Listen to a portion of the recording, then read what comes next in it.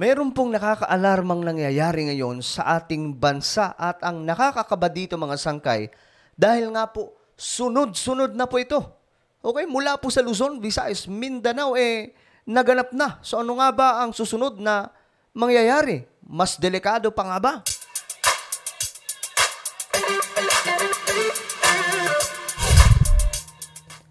Hello, magandang oras po sa inyong lahat mga sangkay.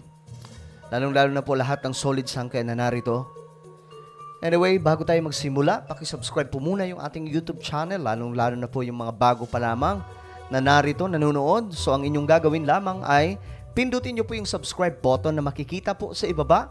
Tapos, pindutin nyo yung bell at pindutin nyo po yung all. Napakadali, di ba? Ulitin ko, click the subscribe down below, click the bell, and click all. Siguraduhin nagawa mo yan. Okay ba?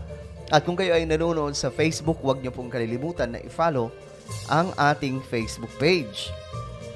Eto na nga, guys. Mga sangkay. Meron na po tayong latest update regarding dyan sa nangyaring lindol. I'm sure marami ang kinabahan sa atin lahat, no? Maraming Pilipino ang kinabahan. Magnitude 5.9 na paggalaw ng kalupaan. Doon po sa Northeast of Occidental Mindoro. Ito po yung pinakabago. Okay, pero nakaraang araw mga sangkay, Mindanao naman ang matindi yun.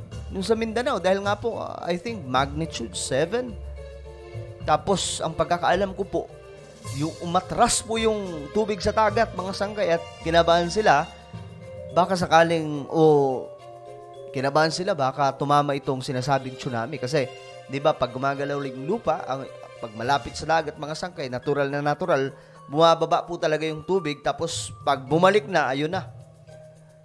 Tsunami ang abot.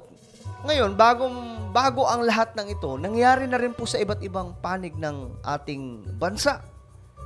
Kasama po dyan mga sangkay ito, doon sa Samar. Ito, panoorin natin. Niyanig naman ng magnitude 5.2 na lindol ang Samar. Okay, nakaraang araw po ito mga sangkay nitong November. Siguro last week po ng November itong naganap mga sangkay. At mga karating probinsya, ilang minuto bago mag-alauna ng hapon kanina, naitala ang epicenter sa layong 15 kilometers. Southwest ng Calbiga, Samar. Ayun nga po sa mga kaibigan ko doon, medyo natatakot na rin po sila, mga sangkay, dahil nga po sunod-sunod. Sabi nga ng mga magulang ko, tumawag sila, kausap ko. Sabi nila na medyo nagtataka na rin sila bakit sunod-sunod yung lindol. Doon. At nakaraan, mga sangkay, naganap din po doon sa Mindanao. Tapos eto na naman, Luzon. At naramdaman po ng Metro Manila. Ewan ko lang, mga sangkay. Siguro yung mga tulog mantika, hindi nakaramdam nun. Ako, tulog mantika rin naman ako, pero naramdaman ko siya dahil gising ako. Pero, talagang totoo guys, medyo nakakatakot din po itong nangyayari ngayon sa ating bansa. Kaya nga po, ipanalangin po natin ang ating bansa, lalong-lalo na po dito sa Metro Manila. Kasi, may di ba? May banta ng lindol, kung tawagin ay the big one. And we are praying na hindi po yan maganap. I pray na ang angels ng ating Panginoon utusan ng ating Diyos na bantayan itong kalupaan ng ating bansa. Dahil nga po delikado kung mangyayari ang lindol na malakas dito sa Metro Manila. Alam nyo, konting pagyanig lang to God forbid, wag naman po sana. Kaya nga po mga sangkay, delikado yung mga yung mga naninirahan sa mga matatayog na building. Medyo yan. Kaya ipanalangin po talaga natin, ipagdasal po natin ang ating bansa, lalong-lalo na po sa Metro Manila. Na naway, gabayan ng ating Panginoon. At saka, maybe guys, pinapaalalahanan tayo ng ating Panginoong Diyos sa ating bansa. You know naman, no? Alam naman po natin na ang Pilipinas ay isa sa mga bansa na kinukonsidera na Christian nation. Marami po dito believers in Jesus Christ. Ngayon, mga sangkay, we have to pray for our country. Maybe tinatapik po tayo ng ating Panginoon kasi dito sa ating bansa, di ba? Alam no po natin, hindi na kailangan i-explain pa yung nangyayari.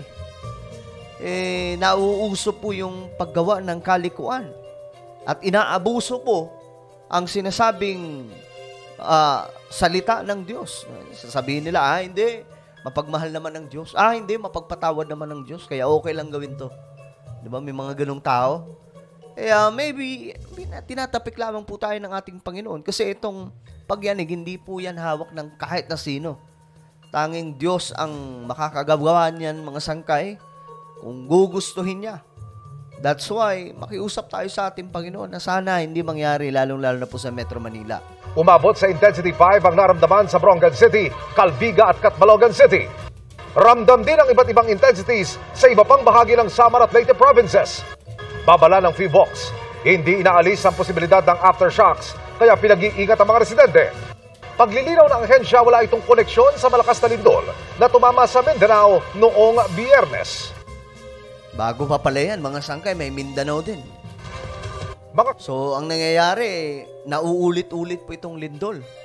Nakakaano din, nakaka-alarma no? Ayan po, mga sangkay, basahin po natin. Ito, Intensity 5. Ito, Lubang Occidental. So, ito po talaga yung ito yung pinaka-epicenter. Itong Lubang, Occidental Mindoro, Puerto Galera, Oriental Mindoro, tapos ito mga sangkay, 4, 3, 2, 1. More na to mga sangkay, lahat Luzon. No, dito sa Metro Manila, ayan po, Intensity 4, City of Makati, Quezon City, Taguig, Malolos, May Kawayan, ito mga sa Bulacan na po ito mga sangkay. Pampanga, Batangas, Tagaytay, Cavite. Tama, Tagaytay, Cavite. City of Tagaytay, Cavite. Tapos Intensity 3, Caloocan, Pasig,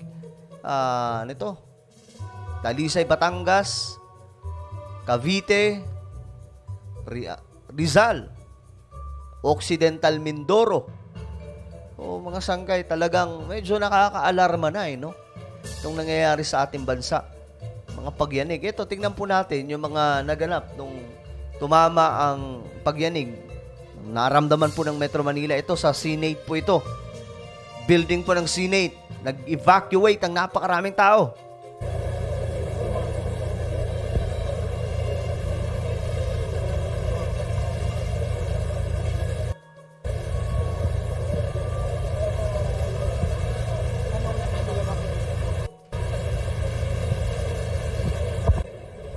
So, nagsilabasan po silang lahat mga sangkay after ng pagyanig.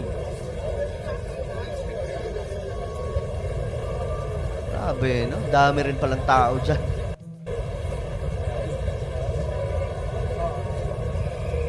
Ito, sa ano rin po ito mga sangkay? Hearing.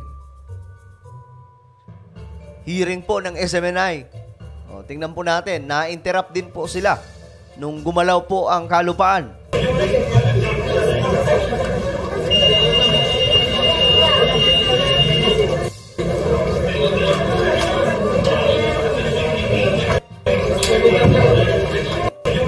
Masagsagan po ng hearing yan, mga sangkay. Sa SMNI. Ito pa, tingnan pa po natin. An alarm sound to alert everyone inside of the House of Representatives. Yan nagtakbuhan yung mga tao, nagkaroon ng alarm.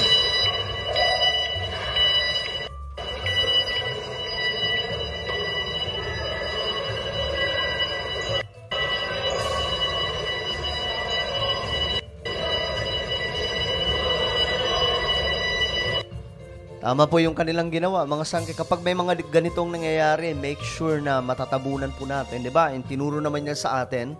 Tapos, hanggat maaari makalabas po tayo sa building. Ito naman, mga tao doon sa Malacanang Complex, nag-evacuate.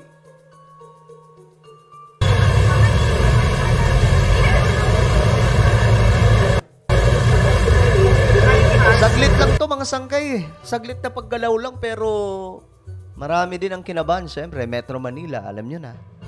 Di naman po tayo probinsya. Kung yung nasa province ka, kinakabahan. Ito doon po sa, mga employees doon po sa opisina po itong o building ng DOJ.